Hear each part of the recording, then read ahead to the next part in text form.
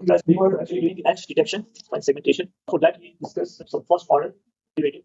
Okay, and we discussed different version of this. And one was the Sobel operator. We discussed that the Sobel operator is actually, or the Sobel content is actually the combination of Gaussian filter and first order derivative, which is the central thought derivative. Okay. So we applied this one on the images, and we saw here that it's basically it's not really giving you the edgy effect. Okay, so for that, this one, okay, so it's not giving you the very edgy effect. So what we did is that we applied the smoothing filter on the image, and then this is the x direction, this is the y direction, and then this is the magnitude. Okay, one more thing that I just need to clarify is that for the first order derivative, directional. Okay? So it's like when you're applying based on the direction of the current, it will give you edges on that direction more prominent as compared to the direction. That's why if you see the Sobel operator and the other one is the fish operator, we have the different directions in order to find the values in various directions. Okay, but however, that's not the case with the second order. The second order derivative is actually will give you the edges regardless of the direction. Okay, so we don't care about the direction in second order. Okay, if you remember, Krish has 8 directions. This is 2 of the 8 directions that you can see here. And here we discussed that, let's say in one direction this is prominent, in another direction this edge is prominent. So once you take the max of all the 8 directions or the edged images, so that will give you the better results. Okay, then there is another advanced method which is the Marr-Hildreth edge detector. In that, if you remember the Sobel operator, what we did is okay. In the Sobel operator, what we did, we just did the Gaussian plus middle central first derivative. Why did Gaussian? Because Gaussian will smooth the image or reduce the noise effect. Okay, because last time we discussed that the edges are sensitive to noise. Okay, Marr-Hildreth, what he did, he just proposed a combination of a Gaussian filter, okay, and the second order derivative. Unlike Sobel, which was Gaussian plus first order. And also, if you remember, after the Sobel operator, we also applied thresholding just to make the edges prominent and the low variations. These are not required just to remove the low.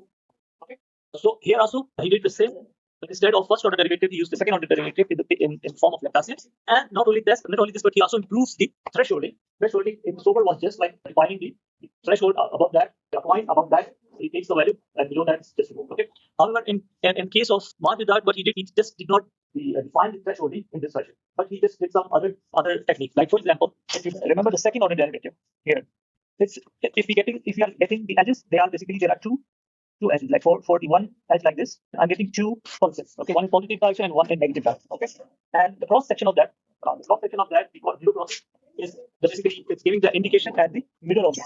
Okay, so the same thing this guy is doing here, and he's saying that the thresholding is not just like a value of which I can take the pixel value, but below that I can remove it. It's not like that. What he's doing is he's just take the, like for example, I have an image, so he's comparing all the edges in this box, like this one and this one, okay, and also this one. So if these edges, at least 2 of these are opposite on say opposite corners have the opposite sign. So it means that this is an edge, and he just takes that value, and also once he took the value here, after that he threshold it in order to make sure that this is an edge. Okay, again, let's do it again. Maybe I just make it very confusing. Let's do it again. Okay, so this proposed is that he's taking the 3 by 3, okay, and he's comparing the 2 opposite corners, this one, okay, or this one and this one, opposite corners, and comparing the values. If at least 2 of them has opposite sign, then it means that this is an edge, and then after that he's doing the thresholding.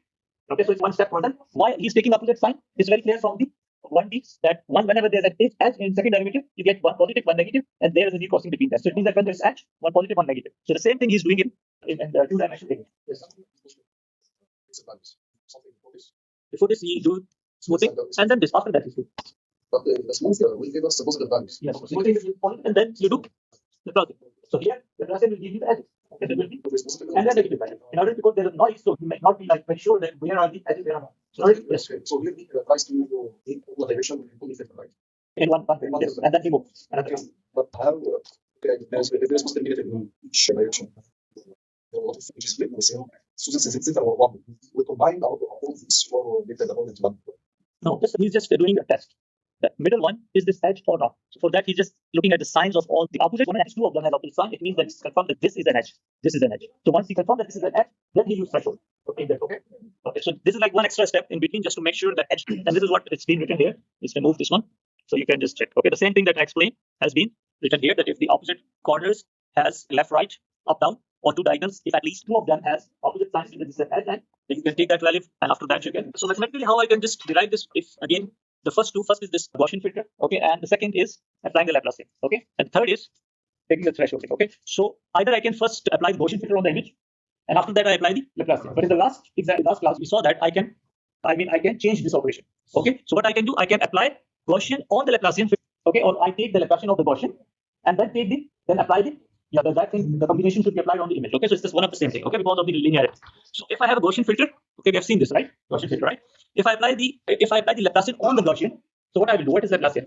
Second derivative in both directions, right? Okay, so it's defined by this equation. So if I take the second derivation of g of xy, which is Gaussian filter in x direction and the y direction, it's very easy to show that this boils down to this thing. Okay, how? If I take the first derivative, I can just take the x. Okay, y is here constant. I get this. Okay, just taking a derivative. Okay, then y, and after that, because now here, if I again take the derivative with respect to x, I have product. So I have to use the product formula for the derivative, and I get these two things after rearranging. I get this. So what I did the Laplacian on the Gaussian filter, right? So that's why I call it Laplacian of a Gaussian. This is LG. Okay, and after that, I apply this LG onto the image. Okay. So again, this is an interesting method to detect the edges. The two advantages of this method we have: one is we use Gaussian. So Gaussian in the time domain is what it's also Gaussian, right? So the smoothing is better. Okay, and second advantage is by using the Laplacian. So when we are using the Laplacian, we have second order derivative, right? So if you have a second order derivative, it's independent on the rotation or the direction. Unlike the first order derivative, we are just taking the direction, different directions. You only find the edges in this. Okay, so these are the two advantages. One more thing, and this just shows you that this is LOG, right? And it is applied, it's convolved with the image. Okay, or you can also first smooth the image and take the Gaussian, but this has become 3-step of operation. First you apply this and then this. So it's like computational wise expensive as compared to taking just LOG with convolved with the image. This is clear. Okay. One more thing is that if I just put, let's say you have a 5x5 filter like this one. Okay, so how it will look like? Definitely will look like Gaussian type of thing, but it will not be like this. It will be the other way around. It should be like this. Okay, the reason is the equation. If I put 0, 0 here, because of this, I get negative at 0 at the middle. Okay, so that's why whenever we are convolving, I have to take the negative of that, negative of this, or in other words, negative of the LOG is actually my filter to be applied on the image to get the edges. Okay, this is one of the numerical examples in which I need to find a 5x5 filter, LOG filter actually. So what I will do, I will just find the Gaussian, and after that, I have the equation. This is the same equation as this. I can write, this is what? This is g of xy.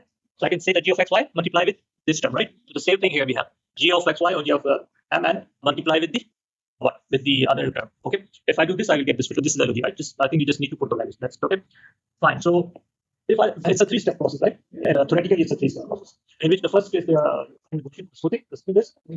thresholding, right? So I have the image. If I apply the first 2 steps, which is the LOC plus the edges, I get this. So it's like better than Sobel operator, which if you remember, it gives something here, which was not required, right? But however, the third step, which is the thresholding, gives me this thing when the thresholding is 0. So if the threshold is 0, it means that I'm just almost getting everything. Only the negative is reduced. So it's like this. But however, if I adjust the threshold value equal to 4% of the maximum value, I get very good edge. Okay, edges. I have a question. Yes.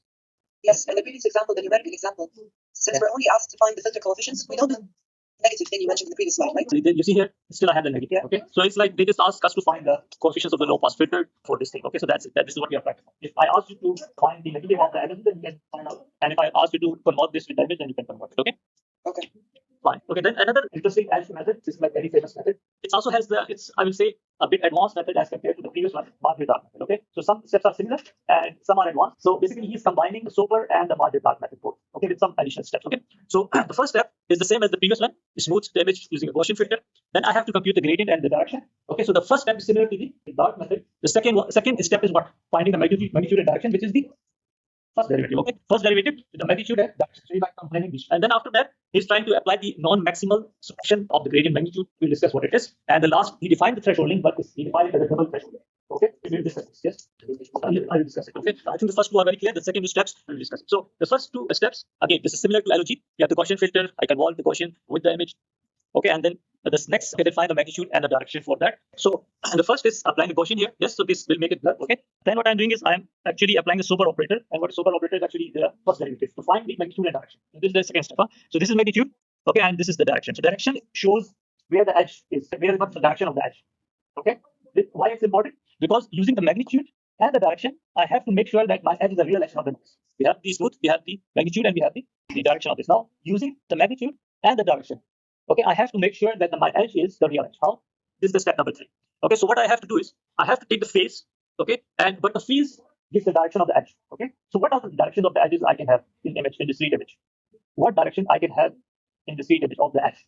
We can have the horizontal, we have the vertical, we have different diagonals, right? So these are the edges that the directions I can have because of the discrete nature, and then the pixel left up, down, and 2 diagonals. I can have this. So I can say that I can have these widths, right, in these directions. 1, 2, 3, 4, 5, 6, 7, 8. Only these directions around the edges.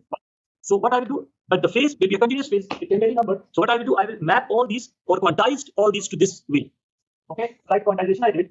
So I'm quantizing it. Okay, so it means that now after that I get a quantized phase, and each pixel in this quantized phase will give me the value where my direction of the edge is.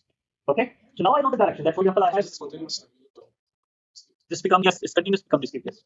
Okay, so now if I see any pixel here corresponding to that pixel, I have a phase. So it means that here I will have edge, and corresponding to that edge value on one point, I will have one phase. But it shows that what's the direction of that. Okay, what's the direction of that? So why I'm important? I'm like interested in that. If I know, let's say this is the point here in the edge. Let's say this is the point. Okay, and my direction shows that it is like maybe 67 degrees, whatever, like this. Okay, so it means that now I know the direction. I know my edge. I can compare between the next one and the previous one, and then decide that if this is greater than these two, it means this is my edge. Otherwise, it's not my edge. The next one and the previous ones. But again, I don't know what is my next one. It can be this direction, it can be this direction, it can be another direction. So in order to find that, I have a phase. So I use the phase information that where my edge is going. Okay, based on that, I'm finding if the one I am interested in has more magnitude, it means that this is my edge. So now I confirm that this is edge. Anything that comes inside will be assigned either this value or this value, depending if it is after 0 or before 0. Okay, is this clear? So first two steps, first version, smoothing, second, direction phase, and then make sure that this is an edge, and the third is to find thresholding. Now for the thresholding, what we are doing is that instead of just defining that, okay, above, if you have a value, and above that value I take it to 1, and below that take it 0, I define a gray area as well. So I have like two threshold values. Above this, I confirm that this is an edge. Below that, I confirm that this is not an edge, and this is in a gray area, which I'm not confirmed. Okay, the information is gone, but there's another thing that has been done is that gray area. So what we'll do with that gray area, for the gray area pixels around that, I have to take 3 by 3 pattern. This is my gray area pixel. So I have to check if all the neighbor pixels of that gray area pixel are actually the weak. Okay, let me just define another thing. So these pixels, we call it strong pixel, and the below we call it weak pixel. Okay, and then this is not relevant. Okay, so strong and weak. Okay, so if around the pixel, the gray area pixel, there is no strong pixel, then I consider it as a weak one. Okay, but if there is one strong pixel around it, I assign the strong pixel to it. This is the comparison of all 3 methods that we did. One is the Sobel operator. Okay, then we have Canny edge, and you can see that Sobel operator is like very thick and edged, because as I mentioned that the first order is thicker than the second order on the thin edges. And again, for the Marr-Hildreth also you can get good results, but there are some like missing information. Let's say here. Okay, so here it's Canny edges.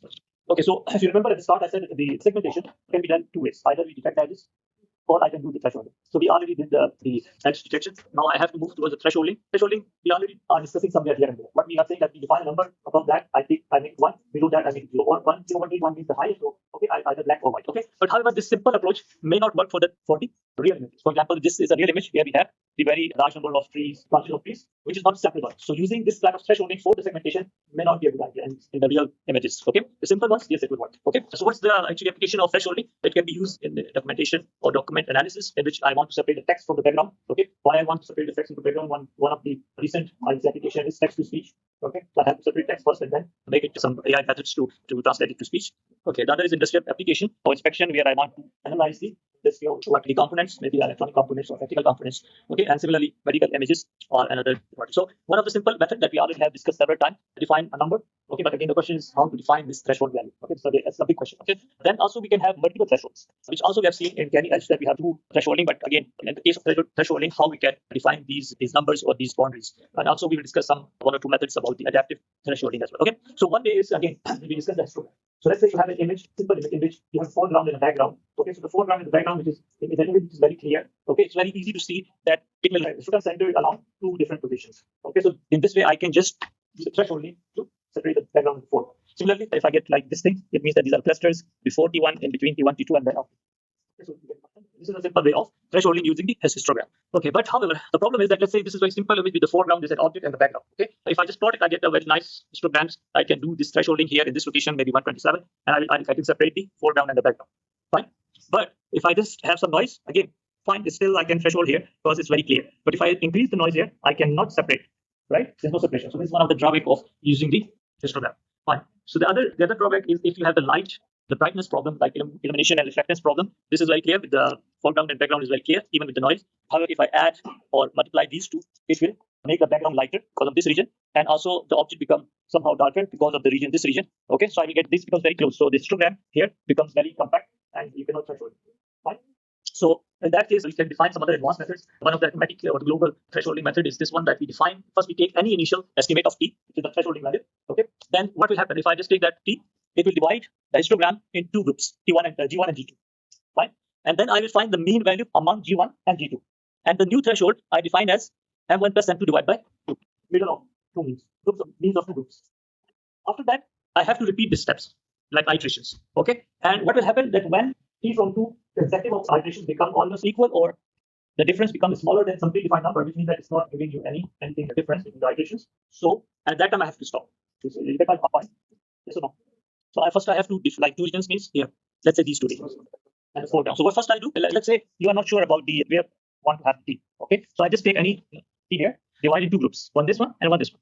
I take the mean, okay, of the two groups separately, then take the middle of the mean, M1 plus M2 divided by and call it a new t. And repeat this process. Once the t becomes two consecutive iterations become almost same, or the difference become very small, then it means that you can stop at that. Okay. Okay.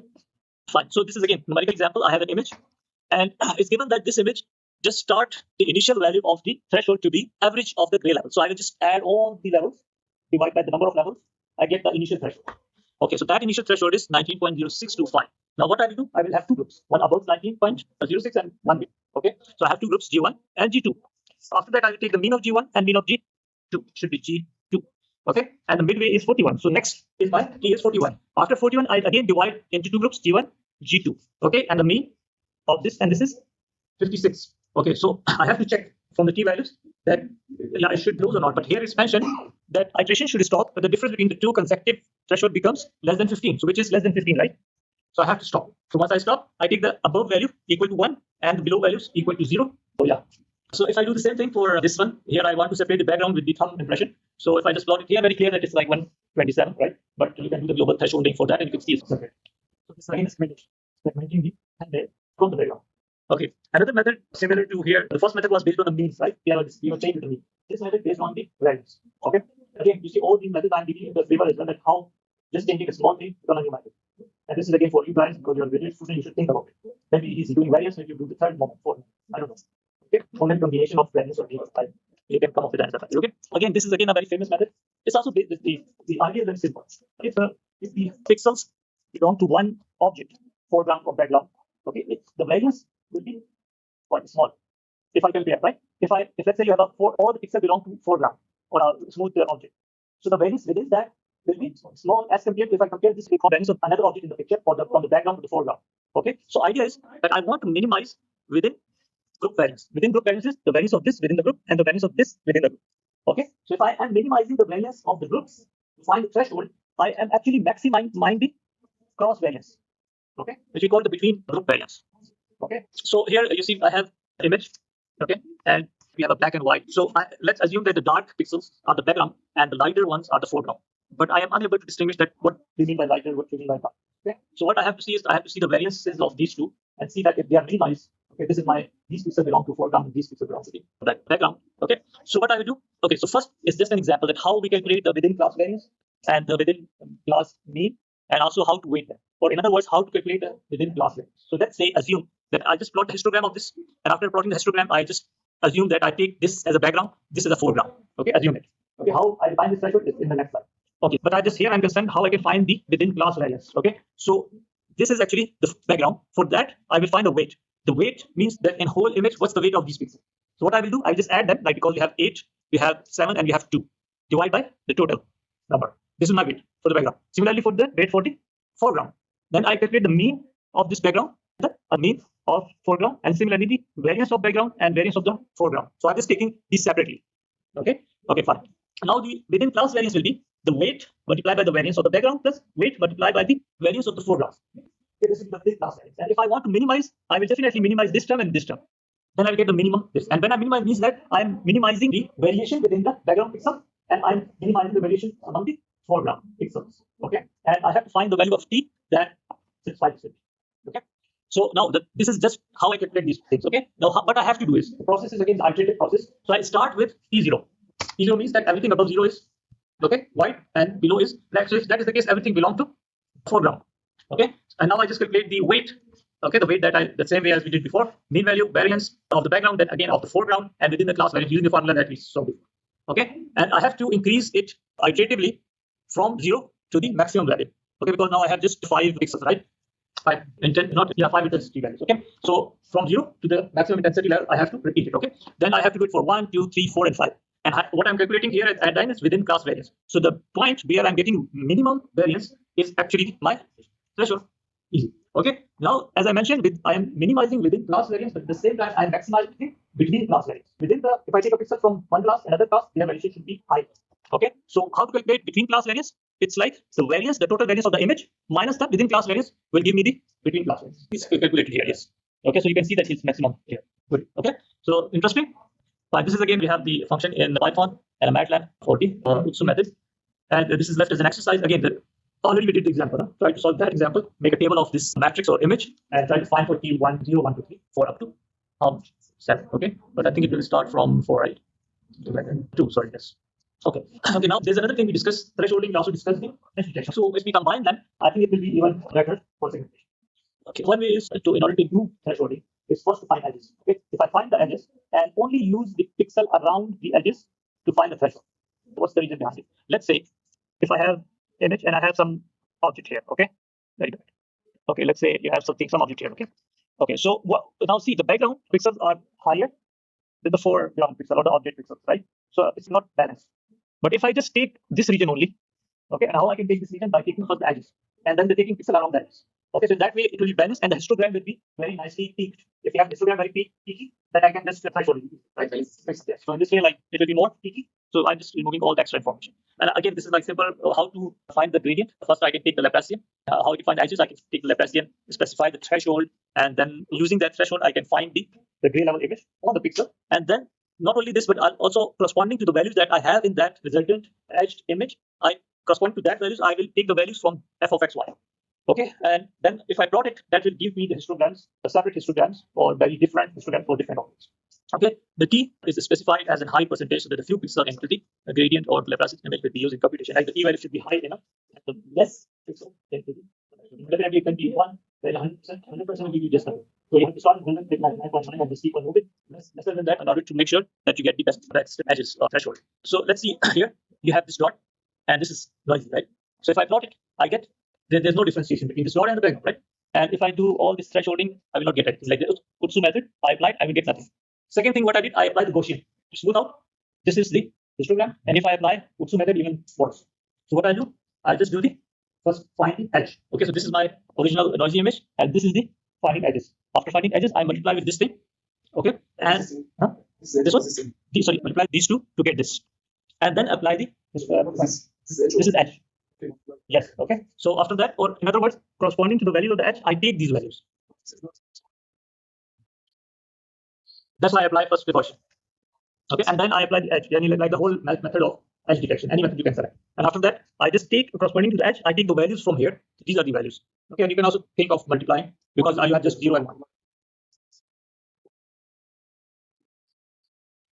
No, there is difference. It's very small. That's why you cannot. Edge is edge, and the object is object. Okay, so can I just discontinuity or something? This edge? see here? No, this is a solid. In other words, if I want to plot, that means do this. If I want to plot it, here it is like solid dot, and here it is just an edge.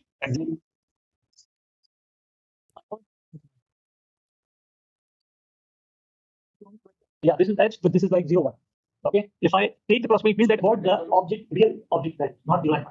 Yes. Okay, and why we need this? If I just plot now, you see the histogram. First it was like this. Now it's like clearly separated. Okay, now if I do this, I get the dot separated from the background. Okay, and similarly, this is another example. This is grains or something, and I want to separate them. So here you see it's not possible. But if I do this whole process, I get separated. Okay, and similarly here as well, it's not process here, not possible to actually separate them. Okay, similarly, we can have multiple thresholding using, let's say, the UTSU method. If I plot the histogram, I will get the multiple histogram. I can threshold like this. Yes or no?